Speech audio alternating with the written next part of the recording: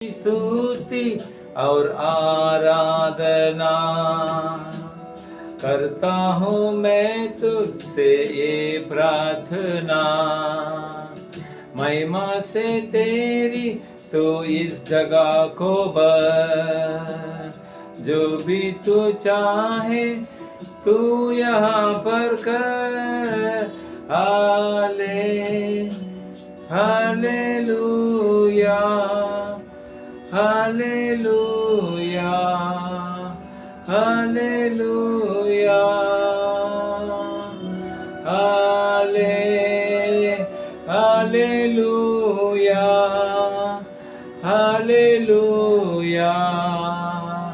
Hallelujah. Praise lord. Yeshu Masih आपको आशीष करे। ये अच्छे समय परमेश्वर दे, उनको धन्यवाद करता हूँ। अभी कुछ वचन देखेंगे, उसका पहला प्रार्थना करें। धन्यवाद परमेश्वर, धन्यवाद परमेश्वर, अच्छे समय दिया, धन्यवाद। बहुत जन को समय नहीं दिया, हमको दिया है, धन्यवाद करते हैं। सुनने वाले को आशीष कीजिए, वचन देखने वाले हैं छुपा कर प्रकट कीजिए, यीशु मसीह के नाम से आमीन। दानियल का किताब 3 अध्याय में हम देखेंगे, उधर 3 पुरुष है, परमेश्वर के नाम को इतना महिमा करते हैं, इतना महिमा करते हैं। परमेश्वर जीवित परमेश्वर है कर अपने जिंदगी में वो लोग स्थापित किया, और बहुत देशों में परमेश्वर का नाम महिमा हुआ, वो अभी हम देखेंगे। दानियल की किताब 3 अध्याय में 13 वचन से हम पढ़ेंगे। Daniel chapter 3 verse 13। तब नेबूकदनेस्सर ने रोष और जल जलाहट से में आकर आज्ञा दी कि शाद्रक मेशक और अबेदनेगो को लाओ। तब वे पुरुष राजा के सामने हाजिर किए गए। नेबूकदनेस्सर ने उनसे पूछा, हे शाद्रक मेशक और अबेदनेगो, तुम लोग जो मेरे देवताओं की उपासना नहीं करते और मेरी खड़ी कराई हुई सोने की मूर्ति को दंडवत नहीं करते, तो क्या तुम जानबूझकर ऐसा करते हो? ऐसा कर नेबूकदनेस्सर ने कहा। नेबूकदनेस्सर ने एक विषय किया और उसमें जीवन नहीं था, सिर्फ स्टैचू था, सोना का था, और उसको दंडवत करने के लिए कहा। लेकिन जो कोई परमेश्वर का इंसान है, सिर्फ परमेश्वर को ही, यीशु मसीह को दंडवत करेंगे, दूसरा किसी को दंडवत नहीं करेंगे। यही अपना रिवाज है, अपना कानून है मसीह यीशु मसीह का। तो इधर यदि तुम अपनी अभी तैयार हो कि जब नरसिंगे, बांसुरी, बीना, सारंगी, सितार, शहनाई आदि सब प्रकार के बाजे का शब्द सुनो, और उसी समय गिरकर मेरी बनवाई हुई मूर्ति को दंडवत करो तो बचोगे। आज इंसान कहता है ऐसा काम करेगा तो बचोगे, गैर कानूनी करेगा तो बचोगे, जिसमें जीवन नहीं है उसको करो, उसको दंडवत करो तभी बचेंगे। ऐसा पवित्र शास्त्र नहीं कहते हैं। हम बचेंगे, किससे हम बचेंगे? यीशु मसीह के नाम से बचेंगे। हमारा एक परमेश्वर है यीशु मसीह, हम उनसे बचेंगे। इधर राजा बोलता है तुम बचेगा, दंडवत करो बचेगा, वो लोग बोला नहीं करेंगे। और यदि तुम दंडवत न करो तो इसी घड़ी घगते हुए भट्टी के बीच में डाले जाओगे। फिर ऐसा कौन देवता है जो तुमको मेरे हाथ से छुड़ा सके? देखो, एक राजा ऐसा कहता है, कौन देवता है जो तुमको मेरे हाथ से छुड़ा सके? आपका स्थिति, मेरा स्थिति ऐसा बोलेगा, समय ऐसा बोलेगा, कौन तेरे को बचाएगा? लेकिन वचन कहता है यीशु मसीह बचाएगा। कौन से भी हालत रहने दो, कौन से भी बिगड़ा हुआ हालत रहने दो, सामने वाला हमारे से बलवान रहने दो, लेकिन वचन कहता है यीशु मसीह आपके साथ में है। तो शाद्रक, मेशक और 16 वचन चैप्टर 3, डैनियल चैप्टर 3 वर्स 16 ऐसा कहता है, शाद्रक, मेशक और अबेदनेगो ने राजा से कहा, हे नेबूकदनेस्सर, इस विषय में तुझे उत्तर देने का हमें कुछ प्रयत्न नहीं जान पड़ता। हमारा परमेश्वर जिसकी हम उपासना करते हैं वे हमको उस धधकते हुए भट्टी के आग से बचाने की शक्ति रखता है। इस 3 पुरुष ने कहा, इतना ताकत से कहा। हम, आप और मैं ऐसा बोल सकते हैं, कानून आगे ऐसा चीज करना पड़ेगा कर हमारा ऊपर अधिकार जताएंगे, हम क्या करेंगे? हम बताएंगे हम सिर्फ यीशु मसीह को दंडवत करेंगे। कुछ भी होने दो। इधर इन 3 पुरुष ने कहा तुम भट्टी में डालो, खुश में भी डालो, हम यीशु मसीह को ही दंडवत करेंगे।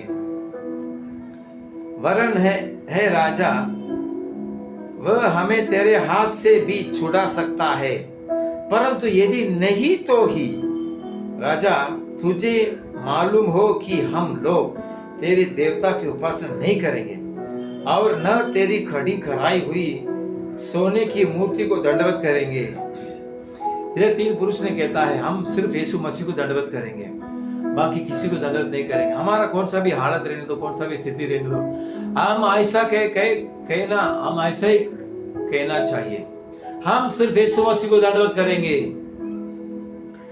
दानी और 19वां वचन ऐसा कहता है, तब नेबूकदनेस्सर झिझला उठा और उसके चेहरे का रंग सद्रक, मेशक और आबेदनेगो के प्रति बदल गया और उसने आज्ञा दी कि भट्टी को 7 गुना अधिक धधका दो, 7 गुना बढ़ा दो आग को, उसने बोला, जो आग के गुण उसमें डालने के लिए। फिर अपनी सेना में के कई एक बलवान पुरुष को उसने आज्ञा दी कि सद्रक और मेशक और आबेदनेगो को बांधकर उन्हें धधकते हुए भट्टी में डाल दो। इस 3 पुरुषों को राजा भट्टी में डालने वाला है। उन्होंने बोला सिर्फ हम यीशु मसीह को दंडवत करेंगे, कौन से भी हालत रहने दो, हम सिर्फ यीशु मसीह को दंडवत करेंगे। ना हमको काम में, धंधे में, बच्चों के विषय में टेंशन है, बोझ है, फिर भी हम यीशु मसीह को दंडवत करेंगे। आराम से अपने रूम पे बैठेंगे, उनको दंडवत करेंगे, उनको प्रार्थना करेंगे, उनको बुलाएंगे, परमेश्वर आएंगे, आपको आशीष करेंगे, हमको आशीष करेंगे।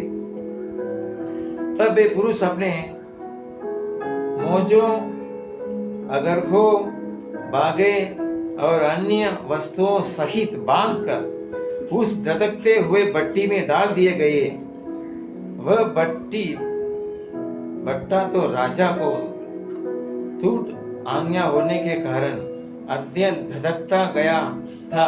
इस कारण जिन पुरुषों ने सद्रक, मेशक और आबेदनेगो को उठाया, वे ही आग की आंच से जल भरे। जिसने इन 3 पुरुष को लेके गया, वो लोग को आग ने मार दिया।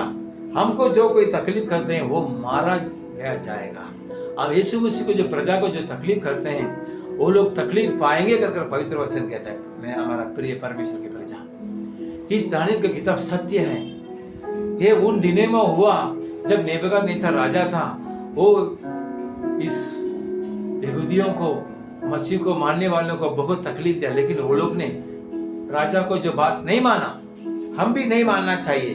जो हमारा बाइबल का विरोध है हम नहीं मानना चाहिए। हमको परमेश्वर सपोर्ट करेंगे, परमेश्वर हमारा साथ रहेंगे जैसा इनके साथ में था।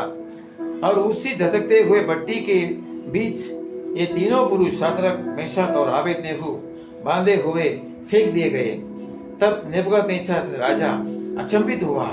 हम इस संसार में सबको अचंभित करने वाले हैं, आश्चर्य करने, जो सही मसीह का जो प्रजा है वो सामने वाले को आश्चर्य का दिखाएगा, यीशु मसीह के बारे में दिखाएगा। यीशु मसीह हमको चमत्कार करेंगे, हम सामने वाले को दिखाएंगे, जैसा सद्रक, मेशक, आबेदनेगो ने राजा को दिखाया। और धधकरा कर उठ खड़ा हुआ और अपने मंत्रियों से पूछना लगा, क्या हमने उस आग के बीच 3 ही पुरुष बांधे हुए नहीं डालवाया? उन्होंने राजा को उत्तर दिया, हाँ राजा, सच बात है। फिर उसने कहा, अब मैं देखता हूं कि 4 पुरुष आग के बीच खुले हुए टहल रहे हैं और उनका कुछ भी हानि नहीं पहुंची, और चौथा पुरुष का स्वरूप ईश्वर के पुत्र के समान है। सद्रक, मेशक, आबेदनेगो को परमेश्वर ने छुड़ाया और उनके साथ में था।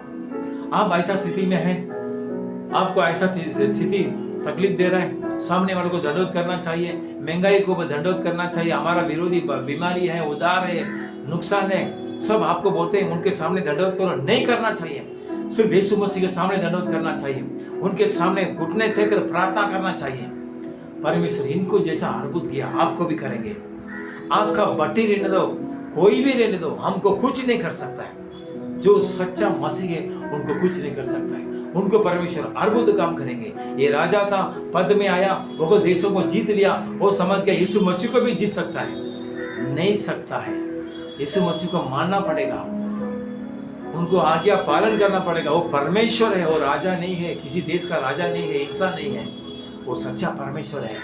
नेबूकदनेस्सर सोचा उसका देवता बड़ा है, नहीं है, यीशु मसीह बड़ा है। मेरे परमेश्वर के प्रजा, कितना बड़ा परमेश्वर हमारा साथ में है। हम जो मानते हैं हमारा यीशु मसीह कितना बड़ा है। आग से बचाने वाला है, पानी से बचाने वाला है, उधार से बचाने वाला है, बीमारी से बचाने वाला है। कुछ संसार में हमको तकलीफ करते हैं, उस तकलीफ से बचाने वाला यीशु मसीह है। इसके लिए इस वचन आप पढ़ो, डैनियल चैप्टर 3 से, डैनियल चैप्टर 3 13 वचन से लास्ट तक पढ़ो। इस राजा ने फिर इस साद्राक मेशक आबेदनेगो को इस पूरे उस देश में बड़ा काम दिया, उनको उठाया। तकलीफ आएगा, तकलीफ से हम टेस्ट आएगा, हम टेस्ट से जीतेंगे, हमको प्रमोशन मिलेगा।